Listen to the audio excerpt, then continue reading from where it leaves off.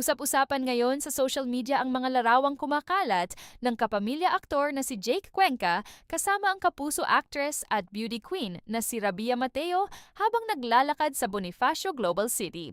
Kamakailan, isang netizen ang nagbahagi ng naturang mga larawan matapos umano niyang makunan ang dalawa na magkasamang naglalakad at kumakain sa isang restaurant sa nasabing lugar.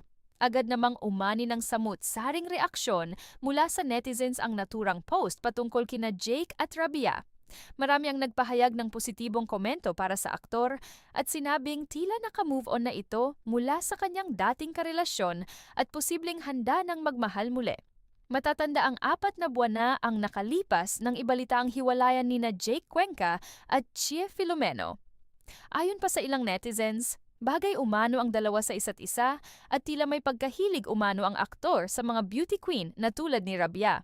Mahilig talaga sa beauty queen si Jake pero wala namang masama kasi pareho naman silang single at walang ibang tao na masasaktan, say naman ng isa. Matatandaang naging kontrobersyal ang naging hiwalayan ng kapamilya aktor at ni Chie Filomeno noong Oktubre 2025. Samantala, kinumpirma rin ni Rabia sa kanyang panayam kay DJ Chacha na siya ay single na at hiwalay na sa kanyang dating karelasyon. Bagamat hindi nito pinangalanan, alam ng marami na si Jeric Gonzalez ang huli niyang nakarelasyon.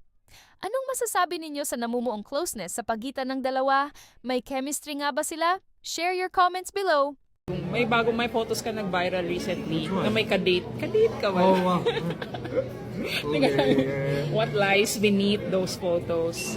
Well, I'm single, so like for me, parang Dating lang yun. yeah, I'm in that stage where I'm enjoying my time. That's also part of enjoying Jake's life. Oh.